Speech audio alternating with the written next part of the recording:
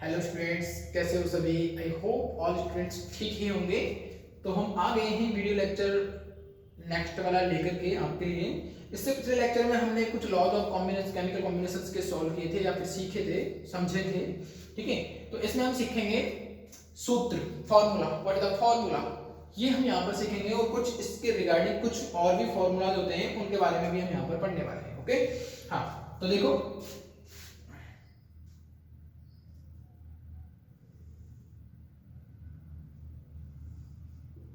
ठीक है। हाँ, सबसे पहली बात देखो, हम बात करेंगे सूत्र की। सूत्र क्या होता है? ठीक है, देखो प्रतीकों का एक वह समूह जो एक पदार्थ के एक अणु को शो कर पाता है, एक अणु को बताता है, वो क्या कहलाता है? उसका सूत्र कहलाता है। जैसे कि हमारा क्या है, वाटर। वाटर का सूत्र क्या होता है? H2O। क्लियर है? हमारे पास में मैं बोलता हूं आपको 2H2O, तो इसका मतलब ये है कि मेरे पास में वाटर कितना है? 2 वॉल्यूम या फिर 2 मोल मान लो। क्लियर? ठीक है। हाँ, ऐसे ही अगर तुम्हारा क्या है, CuCO3, ये तुम्हारा क्या है? कैल्शियम कार्बोनेट है। ठीक है। ऐसे तुम्हारा NaCl क्या है? सोडियम क्लोराइड है, जो हमारा नमक का एक अणु है। NaCl हमारा नमक का एक अणु है। ऐसे हमारे घर में जो नमक होता है वो बहुत सारे अणु हो सकते हैं नमक के। क्लियर? हाँ, अब देखो सूत्र में तुम्हारा 3 प्रकार का होता है। एक होता है मूल अनुपाती सूत्र, एक होता है अणु सूत्र और एक होता है संरचना सूत्र। ठीक है, इन तीनों को क्या बोला जाता है? देखो, हाँ, मूल अनुपाती सूत्र को बोलते हैं एम्पिरिकल फार्मूला, अणु सूत्र को बोलते हैं हम मॉलिक्यूलर, अणु सूत्र को बोलते हैं मॉलिक्यूलर फार्मूला। ठीक है, और संरचना सूत्र को हम बोलते हैं स्ट्रक्चरल फार्मूला। ठीक है, स्ट्रक्चरल फार्मूला। ठीक है, अब देखो सबसे पहली बात करते हैं मूल अनुपाती सूत्र, जो तुम्हारा सिलेबस है 11th का, उसमें सिर्फ हमको दिया जाता है मूल अनुपाती सूत्र, एक अणु सूत्र। संरचना सूत्र यहाँ पर नहीं है, इसको हम आगे पढ़ेंगे। ठीक है, हाँ, तो ये देखिए मूल अनुपाती सूत्र एम्पिरिकल फार्मूला होता है। ठीक है, देखो किसी यौगिक का वह रासायनिक सूत्र जो उसमें उपस्थित विभिन्न तत्वों के परमाणुओं का, उसमें उपस्थित विभिन्न तत्वों के परमाणुओं का सरलतम पूर्णांक अनुपात प्रदर्शित करता है, मूल अनुपाती सूत्र या फिर सरलतम सूत्र कहलाता है। जैसे समझो, देखो हमारे पास में क्या है भाई, बेंजीन है। ठीक है, और बेंजीन का फॉर्मूला होता है C6H6। क्लियर?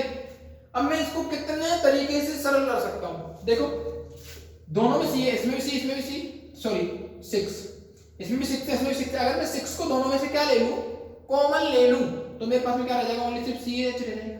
ठीक है, तो ये तो बेंजीन का क्या है? फॉर्मूला है। ये बेंजीन का फॉर्मूला है, इसको हम सूत्र बोलेंगे बेंजीन का।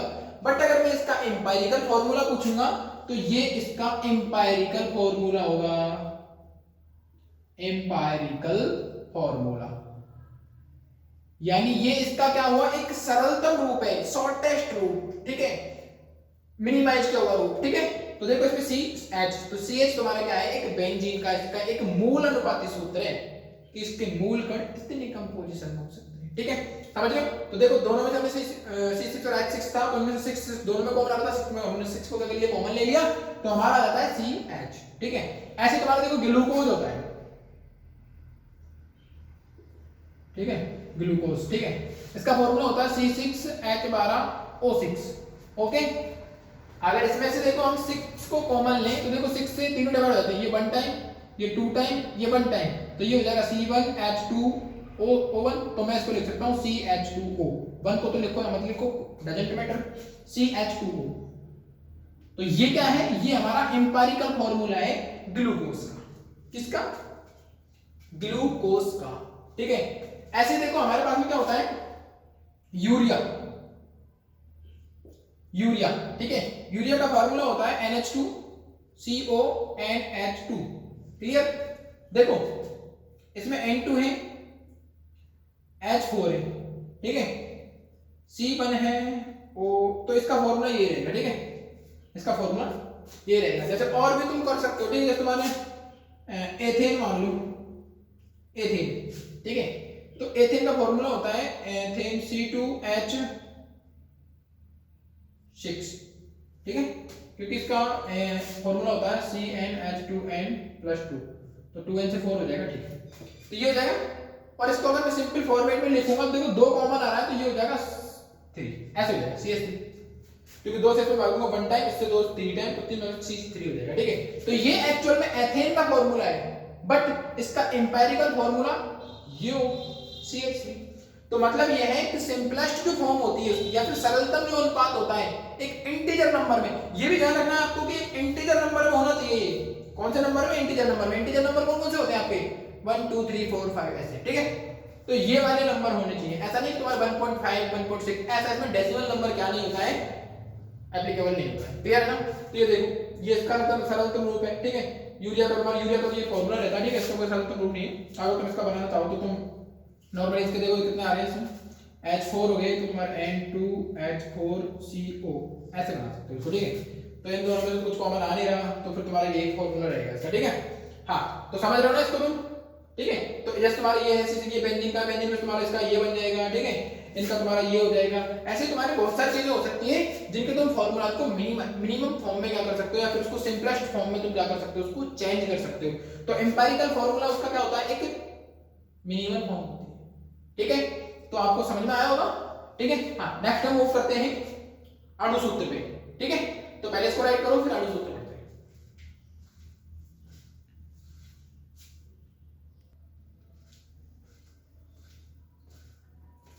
हाँ देखिए, अणुसूत्र अब सेकंड पे है हमारा अणुसूत्र, ठीक है। देखो, अणुसूत्र तुम्हारा जो है वो एक सूत्र है मेन तो, ठीक है। लेकिन इसमें होता क्या है, ये कुछ ज्यादा डिफरेंट नहीं है। मॉलिक्यूलर जो तुम्हारा फॉर्मूला होता है, ये तुम्हारा जो एम्पिरिकल फॉर्मूला है ना, उससे थोड़ा सा डिफरेंट है बस, ठीक है। देखो, जो एम्पिरिकल फॉर्मूला होता है उसमें हमारी शॉर्टेड टर्म होती है, क्लियर। या फिर ऐसा मतलब उसमें हमारा जो है फॉर्मूला है उसको हम सिंपल से सिंपल करके लिखते हैं, उसको सरलतम अनुपात में लिखते हैं। लेकिन एक्चुअल में हमारा जो अणुसूत्र होता है वो हमारा वास्तविक फॉर्मूला होता है, जितने अणु उसमें हैं वही रहेंगे, समझ रहे हो ना। जैसे किसी यौगिक का देखो, वह रासायनिक सूत्र जो उसमें उपस्थित विभिन्न तत्वों के परमाणुओं की वास्तविकता को प्रदर्शित करता है, अणुसूत्र कहलाता है। जैसे कि मैं बात करता हूं, देखो H2O है, ये जल है, तो जल का जब भी अगर कोई सूत्र बनेगा तो इसका सूत्र क्या होगा, H2O ही होगा। क्योंकि अगर इसमें H2 है और O1 है तो इसका ये वास्तविकता है, इसमें वास्तविक क्या है, रियल में इसमें H2 होते हैं और एक O होता है, तभी हमारा वाटर बनता है। अगर इनमें से किसी एक को भी मैं कम कर दूंगा तो ये वाटर नहीं होगा, it will not the water. Clear, समझ रहे हो ना बात को, ठीक है। तो ये इसकी वास्तविकता को शो करता है। अब हमारे बात करें एम्पिरिकल फार्मूला की, एम्पिरिकल फार्मूला इसको शॉर्ट टर्म में करने की शो करता है, ठीक है। अब इसका एम्पिरिकल फार्मूला कोई होगा नहीं, क्योंकि इन दोनों में से कोई भी हम सिंपलेस्ट सिचुएशन को नहीं ला सकते। क्यों नहीं ला सकते? क्योंकि अगर इनमें कोई भी चीज सिमिलर होती है तो उसको हम कॉमन लेके उसको सिंपलेस्ट फॉर्म में ला देते, बट यहां पर नहीं हो सकता। हाँ, ये हो सकता है, देखो H2O2, ये क्या है, हाइड्रोजन पेरोक्साइड है, ठीक है। तो ये इसका हाइड्रोजन पेरोक्साइड का, ठीक है, हाइड्रोजन पेरोक्साइड, ठीक है, ये हाइड्रोजन पेरोक्साइड का एक वास्तविक फॉर्मूला है जो हमारा क्या है, एक मॉलिक्यूलर फॉर्मूला। बट अगर मैं इसके एम्पिरिकल फॉर्मूला की बात करूंगा ना, तो इसका एम्पिरिकल फॉर्मूला बन सकता है। क्यों? क्योंकि तो इसमें भी 2 है, इसमें भी 2 है, दोनों में से 2 को कॉमन ले सकता हूं, तो इसका एम्पिरिकल फॉर्मूला हो जाएगा H। समझ में बात? जबकि हमारा जो मॉलिक्यूलर फॉर्मूला होता है, मॉलिक्यूलर फॉर्मूला वो उसमें जितने एटम्स अवेलेबल हैं उनकी वास्तविकता को शो करता है। समझ रहे हो? जैसे कि H2O में तुम्हारे वाटर में H2O होता है तो इसमें H के एटम 2 ही होंगे और O का 1, तभी हमारा ये क्या होगा, वाटर होगा। समझ रहे हो बात को? इसका मतलब ये हुआ कि हमारा जो एटॉमिक फॉर्मूला है वो सेम रहेगा, समझ रहे हो ना। लेकिन जो एम्पिरिकल फॉर्मूला है वो अलग अलग कंपाउंड्स का सेम हो सकता है, बट मॉलिक्यूलर फॉर्मूला एक ही होगा। जैसे कि अगर मैं बात करूं, देखो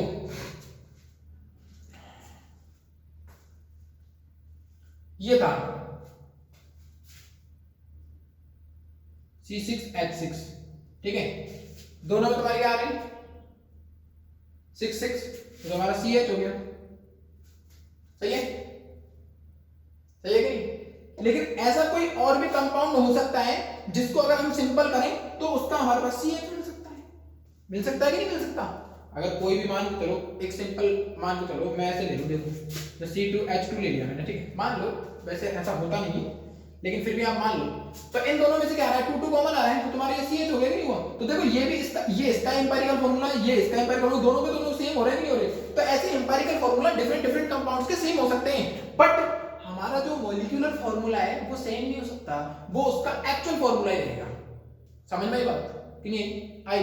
तो यही है, ठीक है। तो हमारा जो ये है अपना मॉलिक्यूलर फॉर्मूला है, यानी अणुसूत्र है, वो हमारे जिसमें जो भी कोई कंपाउंड है उसमें जितने हमारे क्या है एटम्स अवेलेबल हैं उनकी वास्तविकता को दिखवाता है, जो उसमें वास्तविक में है ना उन्हीं कंपाउंड को शो करता है। क्लियर है कोई बात? ठीक है, नेक्स्ट में मूव करते हैं। देखो संरचना सूत्र। संरचना सूत्र क्या कहता है? देखो किसी यौगिक का वह रासायनिक सूत्र जो उसमें उपस्थित विभिन्न परमाणुओं की व्यवस्था को दर्शाता है वह उसका संरचना सूत्र है। ठीक है, ये होने को तो उसका एटॉमिक फॉर्मूला या फिर तुम्हारा मॉलिक्यूलर फॉर्मूला या फिर फॉर्मूला मान लो। ठीक है, बट ये किसको शो करवाता है? उसके स्ट्रक्चर को, कि उसमें तुम्हारा जो एटम है वो कैसे कैसे व्यवस्थित है।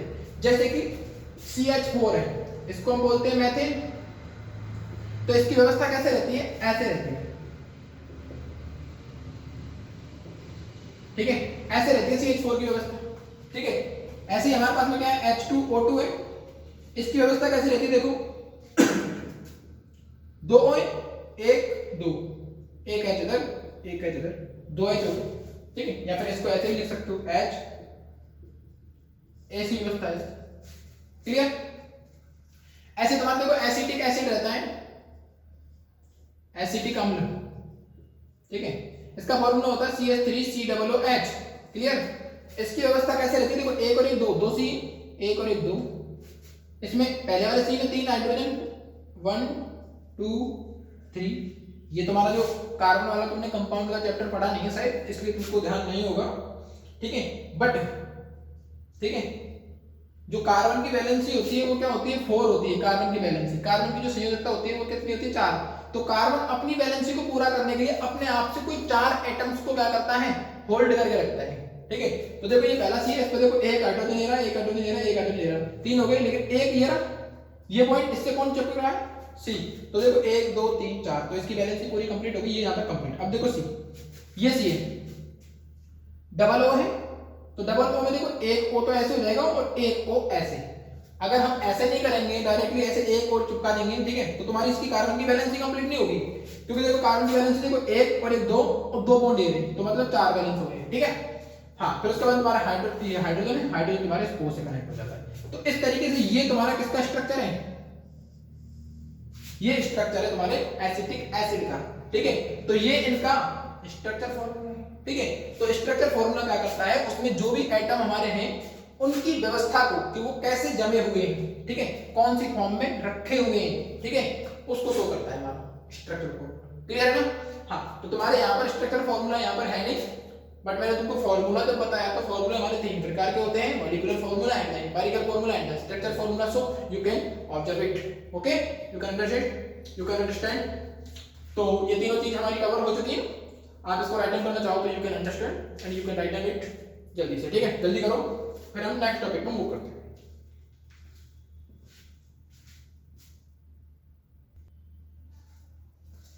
हाँ, अब देखो नेक्स्ट टॉपिक क्या है। हाँ, नेक्स्ट टॉपिक हमारा मूलनपाती सूत्र और अणुसूत्र में संबंध। ओके, देखो हमारे जो मूलनपाती सूत्र होता है और एक हमारा अणुसूत्र होता है। ठीक है, तो इन दोनों में एक रिलेशन होता है, और रिलेशन क्या होता है? ये होता है अणुसूत्र इज इक्वल टू होता है मूलानुपाती सूत्र अपॉन इनटू एन। क्लियर है कि नहीं? अब देखो ये जो यहां पर एन है, ठीक है, इसको भी लिख लो, जहां एन क्या होता है? एक पूर्णांक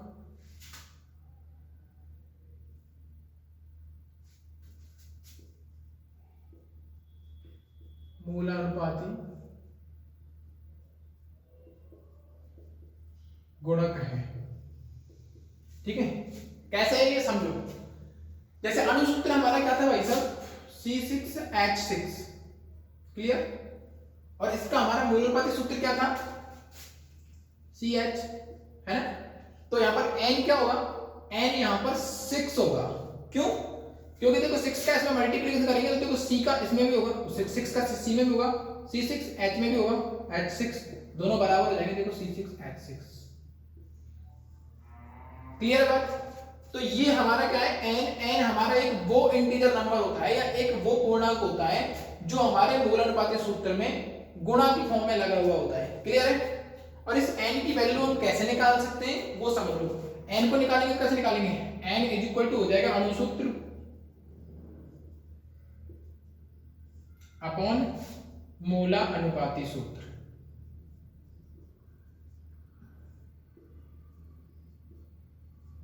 ओके,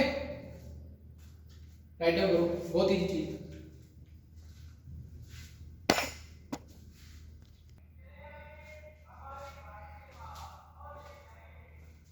ठीक है, अब तुम सोच रहे होंगे कि अणु सूत्र में हम मूल अनुपाती सूत्र का भाग कैसे दे सकते हैं। ठीक है, तो इसका मतलब ये होता है कि इसका मास, यानी हम बोल सकते हैं अणु सूत्र भार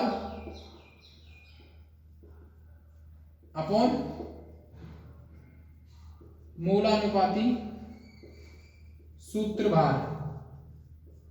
ठीक है, जैसे देखो कैसे, देखो हमारे यहां पर ये देखो C6H6 है ना, ये हमारा अणु सूत्र है।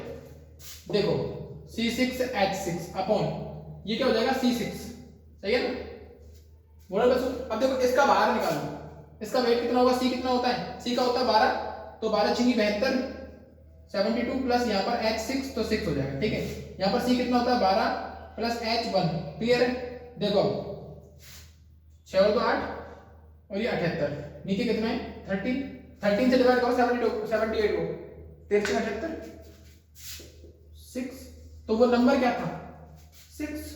ठीक है, तो इस तरीके से तुम क्या कर सकते हो, एन निकाल सकते हो, एन फाइंड कर सकते हो, और तुम दोनों में जैसा अणु सूत्र दे रखा है तो उसका मूल अनुपाती सूत्र भी निकाल सकते हो। क्लियर ना, तो ये सारी चीज तुम्हारे इसमें हो चुकी है। ठीक है, अब हम क्या करेंगे, मूल अनुपाती सूत्र पे जैसे तुम्हारे क्या है, जैसे क्वेश्चन आ जाता है वही तो क्वेश्चन करने की कोशिश करेंगे। ठीक है, तो पहले ये राइट डाउन कर लो, अच्छे से समझ लो इसको। ठीक है, फिर हम एक क्वेश्चन करने की कोशिश करते हैं। ओके,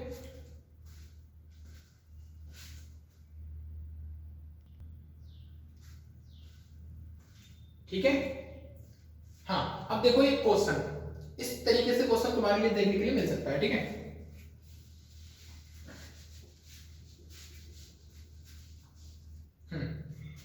देखो एक कार्बन यौगिक है। ठीक है, एक कार्बनिक यौगिक है जिसमें कार्बन कितना दे रखा है 60% तथा हाइड्रोजन दे रखा है 11.66%। क्लियर। हाँ, यदि यौगिक का वाष्प घनत्व, यौगिक का वाष्प जो घनत्व है वो दे रखा है 59। ठीक है, तो उसका मूल अनुपात सूत्र तथा अणु सूत्र ज्ञात कीजिए। ठीक है, तो देखो ये ज्ञात करने के लिए तुमको पहले ये चीजें पता होना चाहिए। ठीक है, सबसे पहले तत्व पता होना चाहिए, उसकी प्रतिशत में मात्रा, परमाणु की संख्या, परमाणु संख्या में अनुपात, फिर उसके बाद में यहाँ पर परमाणु संख्या, परमाणु द्रव्यमान, परमाणु संख्या, अनुपात और सरल पूर्णांक में अनुपात। ये सारी चीजें आपको क्या होनी चाहिए, क्लियर होनी चाहिए। ठीक है, सबसे पहली बात देखो कार्बनिक यौगिक है, तो कार्बन देखो कार्बन दे रखा है, हाइड्रोजन दे रखा है। कार्बन कितना है भाई साहब 60%। ठीक है, तो यहाँ पर परसेंट मत लिखो, 60 रहने दो कोई दिक्कत। ठीक है, प्रतिशत में मात्रा। हाइड्रोजन कितना दे रखा है 11.66। हाँ, अब देखो एक चीज बताओ, अगर मैं इन दोनों का ऐड करता हूं तो क्या ये टोटल 100% बनता है क्या, नहीं, चेक करते हैं। देखो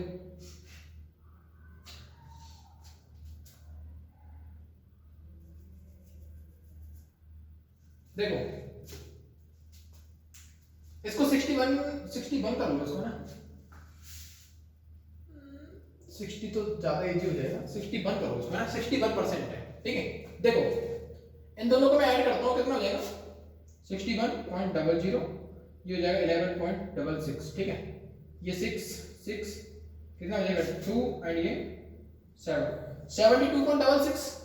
लेकिन ये होना तो कितना चाहिए था 100 होना चाहिए था ना, 100% होता है किसी भी कंपाउंड का। देखो सॉरी 100% नहीं हुआ, तो इसका मतलब ये है कि इसको अगर मैं पूरा करूंगा तो इसमें CHO, तो इसमें एक O भी होगा, कहीं ना कहीं क्या होगा, कार्बनिक कंपाउंड है तो ऑक्सीजन उसमें मिला हुआ होगा। समझ लो, अगर तुमको अगर इस तरीके का कोई भी कंपाउंड मिलता है, अगर उसमें मान लो कोई 2 ही कंपाउंड दे रखे, तीसरा अगर नहीं है तो उसमें समझ लो तुम्हारे क्या है, इसमें ऑक्सीजन मिला हुआ है। ठीक है, तो देखो 100 में से घटा लो 100.00, 7.2.66, 4 9 में 3, यहाँ पर 9 में 2 7, 10 में से 7 2 27.34। ठीक है, यहाँ पे 27.34, तो यहाँ पर ये तीसरा एलिमेंट इसमें क्या होगा, ऑक्सीजन होगा, और ऑक्सीजन यहाँ पर कितना होगा 27.34। क्लियर। ठीक है, हाँ, अब इसको हटा दीजिए। ठीक है, अब देखो कार्बन का परमाणु द्रव्यमान कितना होता है 12, H का कितना होता है 1, ऑक्सीजन का कितना होता है 60। ठीक है, देखो परमाणु की संख्या कैसे ज्ञात करते हैं, उनके परमाणु द्रव्यमान से इसके प्रतिशत को डिवाइड कर दीजिए, आंसर आ जाएगा तुम्हारा परमाणु की संख्या। तो देखो हाँ, कार्बन की किस परमाणु की संख्या इसमें ये हो जाएगी 61/12, ठीक है। 11.66 अगर हम करेंगे अपॉन तो तुम्हारा ये आ जाएगा 11.66 ही आ जाएगा। 12 पंजे 60, ये हो जाएगा 12 पंजे 60, 5 टाइम्स 1 बचेगा, पॉइंट लगा 0, तो पॉइंट लगा 0, फिर तुम्हारा क्या हो जाएगा 100 12 9 108, तो 12 8 हो जाएगा, तो ये आएगा 5.08, ठीक है। इसकी बात करें हम तो इससे इसको कर लो 27.34, 16 से 16 दूनी 32 ज्यादा हो जाएगा, तो 16 एकम 16 यहाँ पॉइंट लगा लो, ठीक है, या फिर हाँ पॉइंट लगा लो 16 दूनी 32, ठीक है, कितना बच जाएगा, मतलब 0.6 के करीब आएगा, ठीक है, ये 5 के करीब आएगा, ठीक है, करके देख लेना कितना आएगा, क्योंकि तुम्हारे 16 से 16 घटाएंगे तो कितना आ जाएगा 1 आ जाएगा, 1, ठीक है, हाँ लगभग इतना ही आएगा, ठीक है, ठीक है, या फिर इतना आ सकता है, ठीक है, 1.6 मान लो, ठीक है, वो आप करके देख लीजिए इतना आएगा, ठीक है। अब देखो परमाणुओं में अनुपात, अब इनके परमाणुओं में अनुपात कैसे निकालेंगे हम, तो देखो इसमें सबसे पहली बात तुमको ये करना है कि तुम्हारे परमाणुओं की संख्या जिसकी भी सबसे छोटी है ना, उससे क्या करना है हमको डिवाइड कर देना है। सबसे छोटी संख्या क्या है, ये 1.6 है ना, इससे डिवाइड कर दो इन्हीं सारी संख्याओं को। देखो तो ये तुम्हारी 5.08 है, इसको डिवाइड कर दो 1.6 से, ऐसे तुम्हारा 11.66, इसको भी डिवाइड कर दो 1.6 से, ऐसे तुम्हारी 1.6, इसको डिवाइड कर दो 1.6 से। देखो इसका आंसर तो ऑब्वियसली 1 आएगा, इसको करोगे तुम्हारा क्या आ जाएगा, पॉइंट कट जाएगा, तो 16 64 64 ठीक है, 16 48, इसका 3 आ जाएगा, 3 पॉइंट में कुछ आएगा, ठीक है, कुछ भी मान लो 3.2 और 2 हो जाएगा, तो 0 तो 3.1 के करीब आएगा, ठीक है, ऐसा मान लो। हाँ इसका देखो ये कट ही जाएगा, ठीक है, ये हो जाएगा 16 43 16 70 7 के करीब आएगा कुछ, ठीक है, 7.08 कुछ भी आ सकता है, ठीक है, 96 सोच सकते हैं, ठीक है,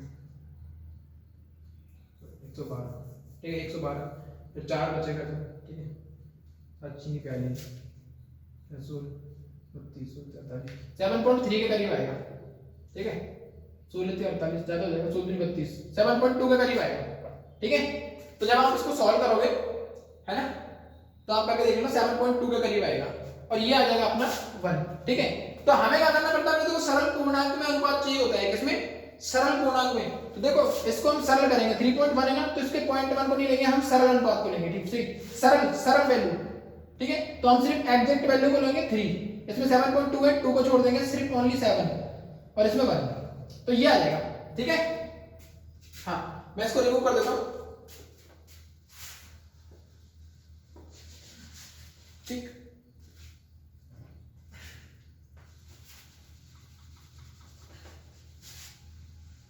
ओके।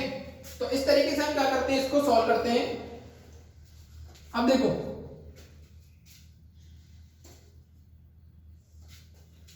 यहां पर क्या है, अब कार्बन के नंबर कितने हैं 3, हाइड्रोजन का 7 और O का कितना है 1, ठीक है।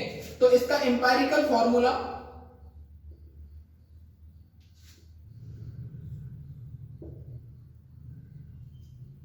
क्या हो जाएगा, यानी मूल अनुपाती सूत्र,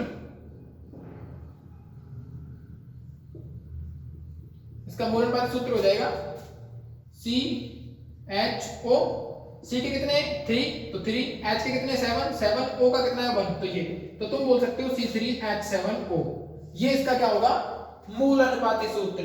अब अणु सूत्र कैसे निकालोगे भाई, अब तुम अणु सूत्र निकालोगे तो तुमको क्या जरूरत पड़ेगी, n की जरूरत पड़ेगी, सही बात है, n की जरूरत पड़ेगी। लेकिन अब देखो, अब तुम्हें इस मॉलिक्यूलर जो फॉर्मूला है इसके तुम्हें एग्जैक्ट फॉर्मूला का नहीं पता, अणु सूत्र का नहीं पता कि ये भाई किसका अणु सूत्र है, यानी ये किसका अणु सूत्र है। अगर तुमको अणु सूत्र पता हुआ होता तो उस अणु सूत्र में तुम क्या करते, अणु सूत्र का क्या निकाल लेते, मास निकाल लेते, द्रव्यमान। इसका द्रव्यमान निकाल लेते, इसके द्रव्यमान से उसके द्रव्यमान को तुम क्या कर देते, डिवाइड कर देते, फिर तुमको n की वैल्यू मिल जाती। लेकिन तुमको इसका अणुसूत्र ही नहीं पता, तुमको निकालना तो इसका अणुसूत्र ही है, ठीक है। तो फिर क्या करोगे तुम, अब तुम चेक करो इसमें क्या दे रखा है तुमको, उसका यौगिक का वाष्प घनत्व तो दे रखा है कितना कितना 59। तो इसको तुम कैसे करोगे,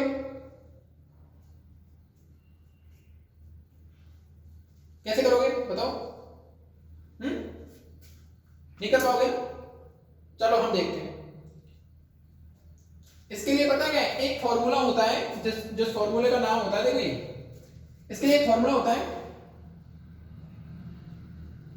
अणुभार बराबर होता है 2 गुणा वाष्प घनत्व, ये फॉर्मूला। तो जो इसका एक्चुअल जो फॉर्मूला है ना, वो फॉर्मूला भले हमको नहीं पता, अणुसूत्र नहीं पता हमको, लेकिन उसका मास हम कैसे निकाल सकते हैं, उसका द्रव्यमान हम कैसे निकाल सकते हैं, उसका भार हम कैसे निकाल सकते हैं, इस फॉर्मूले से निकाल सकते हैं।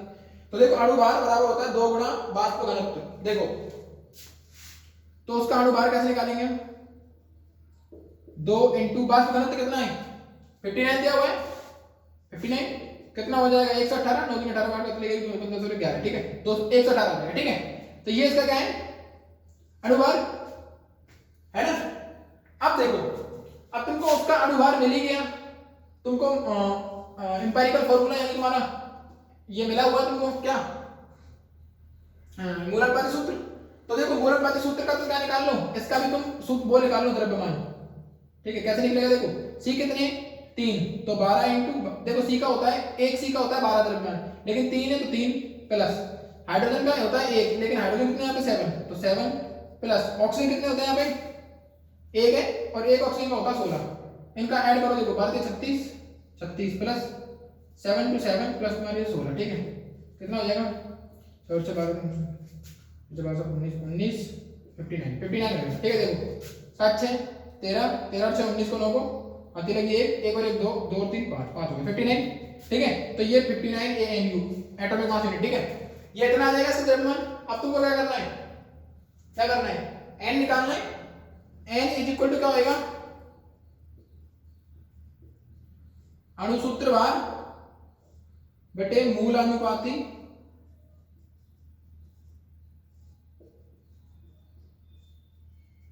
सूत्र भार, ठीक है। अणुसूत्र का भार कितना दे रखा है 118, और ये तुम्हारा मूल अनुपात सूत्र कितना आ गया 59, इससे ये कट जाएगा 2 बार, तो तुम्हारी n की वैल्यू कितनी आ गई 2, और जब n की वैल्यू 2 आ गई तो तुम्हारे फिर अणुसूत्र क्या बन जाएगा, तो तुम्हारे देखो एम्पिरिकल फॉर्मूला दे रखा है तुम्हारा C3H7O, तो तुम्हारे क्या था जो मॉलिक्यूलर फॉर्मूला हुआ करता था अणुसूत्र बराबर होता था मॉलिक्यूलर फॉर्मूला इनटू n। अब तुम्हारे पास क्या ये है भाई, अणुसूत्र बराबर होता है C, मतलब अणुसूत्र बराबर होता है मॉलिक्यूलर फॉर्मूला इनटू n। तुमको ये दे रखा है n की वैल्यू तुमको पता लग गई, तो इसमें n की वैल्यू 2 का गुना कर दो, तो तुम्हारी हो जाएगा C, n की वैल्यू 2 है तो 2 3 तो 6 2 7 तो 14, तो H14 O में 2 तो O2, तो ये तुम्हारा क्या हो जाएगा अणुसूत्र। क्लियर, हाँ। अब देखो ये इसका आंसर है एग्जैक्ट, तो तुम कैसे निकाल पाए इसको, देखो सबसे पहले तुमको ये पता होना चाहिए तत्व कितना दिया हुआ है, उसकी प्रतिशत मात्रा, परमाणु द्रव्यमान, परमाणु संख्या, उसके परमाणु संख्या में अनुपात, फिर तुम्हारा क्या है सरल अनुपात करना चाहिए, ठीक है।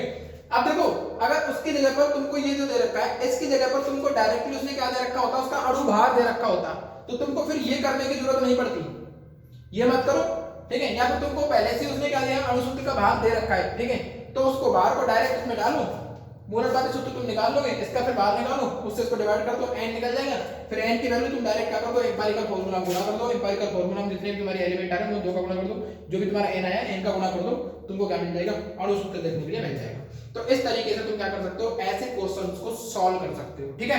हाँ, तो इसके आज की वीडियो में इतना ही काफी है, तो चैनल को सब्सक्राइब करना and press bell icon and don't forget the like, okay. तो लाइक करना ना भूले, सब्सक्राइब करना भी ना भूले, और ना ही शेयर करना भूले, ठीक है। तो हम मिलते हैं नेक्स्ट वीडियो के अंदर, okay. It's time to say bye bye and we will meet in the next lecture. Okay, bye.